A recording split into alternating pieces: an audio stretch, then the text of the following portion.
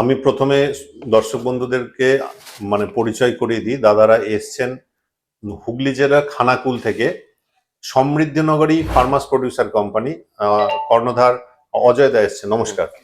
আর সাথে এসছেন অষ্টবসু ডাইরেক্টর সাগর ঘোষ, নমস্কার আপনাকে। হ্যাঁ, সাগরদা আমার এখানে আগেও এসেছেন, 2 বছর 3 বছর আগেও এসেছিলেন। এসে ওনারা এপিসি গঠন করে ধানের কাজের সঙ্গে যুক্ত হয়ে এবং ভালো পরিমাণে ধানের কাজটা করছেন।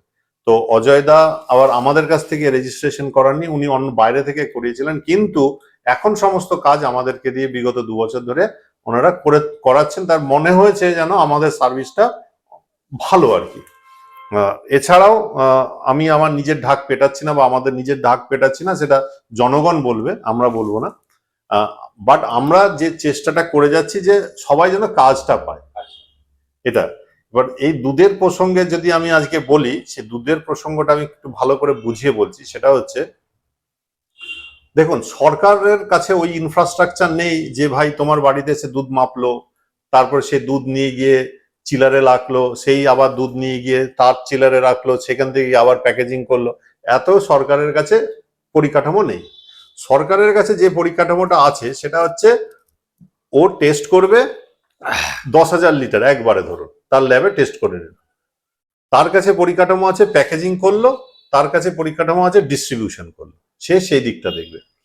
তার আগে পর্যন্ত যে কাজটা, যেরকম গোয়ালা থেকে দুধটা একটা জায়গায় কালেক্ট করা, সেটাকে ট্রিটমেন্ট করা বা চিলার রাখা বা যা যা প্রসেস আছে, সেগুলো হয়তো আমার জানা নেই, যারা দুধ ব্যবসার সঙ্গে যুক্ত আছে তারা জানেন। মেন ব্যাপার হচ্ছে সরকার দুধ কিনবে ও বেচবে। এবার তার আগে আপনি দুইয়েই সরকারকে দিলেন, একদম হাতে করে নিয়ে গিয়ে দিলেন, না চিলারে করে নিয়ে গিয়ে দিলেন, না ড্রামে করে নিয়ে গিয়ে দিলেন, না ও মানে বড় কন্টেনারে করে নিয়ে গিয়ে দিলেন, সেটা সরকার দেখবে না। সরকার দেখবে আমার ডেলি ধরে নেওয়া যাক যে 5,000 লিটার দুধের দরকার, আমাকে ভাই তুমি পৌঁছে দাও। এটা হচ্ছে প্রসেসটা। এবার নর্মালি কি হয়, 5,000 লিটার তার আমি ড্রামে করে পৌঁছাতে পারবো না। তাহলে আমাকে নিজের একটা ছোট হলেও সেট আপ দরকার, আমার একটা মেকানিজম দরকার, যে আমার একটা ডিপোতে, আমার যে কোম্পানি বা আমি কোম্পানির কোনো একটা জায়গায় যেখানে 100টা চাষি আসলো বা 50 লিটার দুধ করে আনলে আমার 5,000 লিটার হলো। এইবার সেই দুধটা আমি, যেহেতু আপনার কাছে, হয়তো আপনি চিলিং না করে হয়তো ট্রান্সপোর্ট করে দিতে পারলেন, অথবা আপনার কোনো চিলারের ফেসিলিটি থাকলো ছোট করে, সেটা নিয়ে আপনি চিলিং করে তারপরে ট্রান্সপোর্ট করলেন। এই ব্যাপারটা আপনাকে দেখতে হবে, ঠিক আছে। কিন্তু যেটা আমি বলতে পারি সেটা হচ্ছে, যা হিসাব আমি বুঝলাম, আমাকে যদি ডেলি 20,000 লিটার করেও দুধ দিতে হয়, সারা বছরে আনুমানিক কাজ এটা 30 কোটি টাকা। তার 1% লাভ হলেও এটা 30 লাখ টাকা লাভ। এবার কেউ রিস্ক নিতে পারবে কি পারবে না, হ্যাঁ, বা এটাকে ধরতে পারবে কি পারবে না, সে 3,000 লিটার কি 2,000 লিটার দিয়ে শুরু করবে কি করবে না, এই জায়গাটা আমাদেরকে হিসাব করে করতে হবে। এবং এটা একটা স্বচ্ছ প্ল্যাটফর্ম দিয়েছে সরকার, যে এখানে অস্বচ্ছতার কোনো ব্যাপার নেই। যে বিডিং করবে, যে L1 মানে লোয়েস্ট বিডার যে হবে, তাকে সরকার অ্যাকসেপ্ট করবে এবং আরো 2-3 জনকে করবে। কারণ যে হতে পারে একজন ফেল করে গেল, হতেই পারে, ঠিক আছে। সেই জায়গাগুলো মাথায় রাখতে হবে।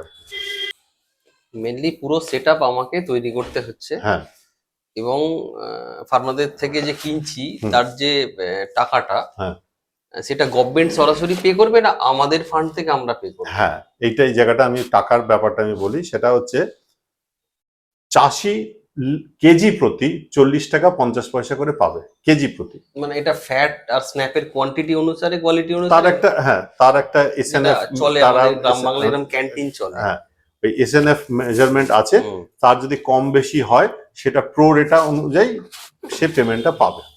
সরকার দেখবে যে চাষির কাছে পেমেন্টটা ডাইরেক্ট যাচ্ছে কিনা থ্রু ব্যাংক, কোনো হাতে ক্যাশ লেনদেন হবে না, এবং সেই রিপোর্টটা আবার সরকারকে দিতে হবে। সরকার সরাসরি চাষিকে দেবে না, এই ক্ষেত্রে সরকার এফপিসি কে দেবে ব্যাংকের থ্রু, এফপিসি কে চাষিকে দিতে হবে থ্রু ব্যাংক।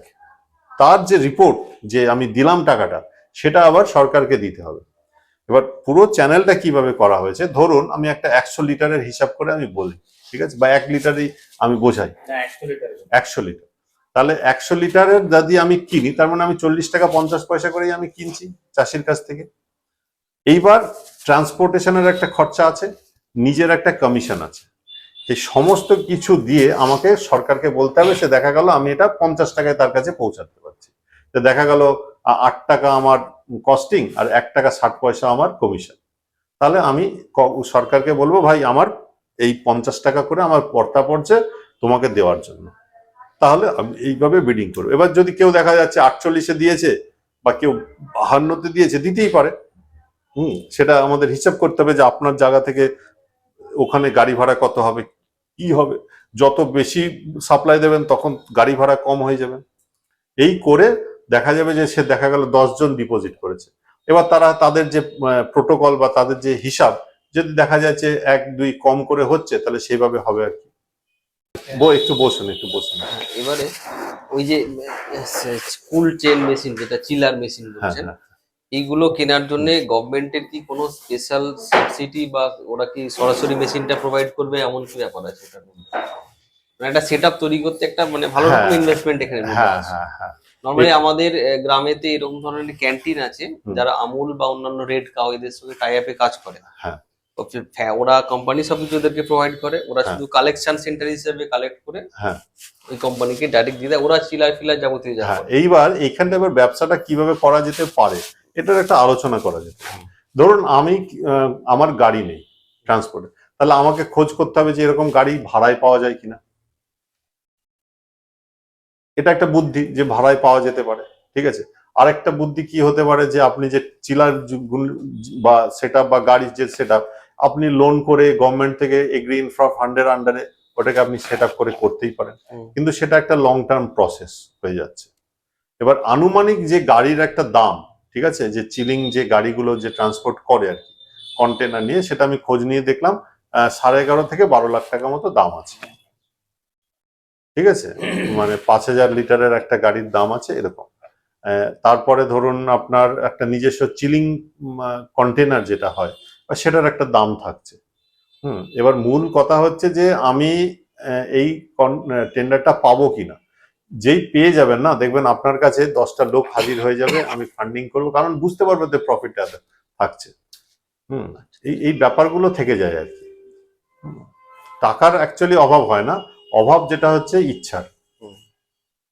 মানে এটা আমি পরিষ্কারভাবে যে টেন্ডারের যে নিয়ম কানুনগুলো আমি আপনাকে বুঝিয়ে বললাম, কারণ প্লাস মানে আমরা যে ভিডিওটা দিয়েছি সেই ভিডিওটা তো আপনি শুনেছেন পুরোটা। তাছাড়া যে ছোট ছোট যে কোয়ারি গুলো থাকে, এবং সপ্তাহে 2 দিন পেমেন্ট হবে। মানে গভর্নমেন্ট আমাকে সপ্তাহে 2 দিন দেয়, হ্যাঁ, পেমেন্ট আমি ফার্মারদের যেটা ভাবে দিলে হয়, হ্যাঁ, হ্যাঁ, ডেলি টু ডেলি হতে হ্যাঁ, পারে বা হ্যাঁ। উইকলি হতে পারে। হুম, হুম, হুম।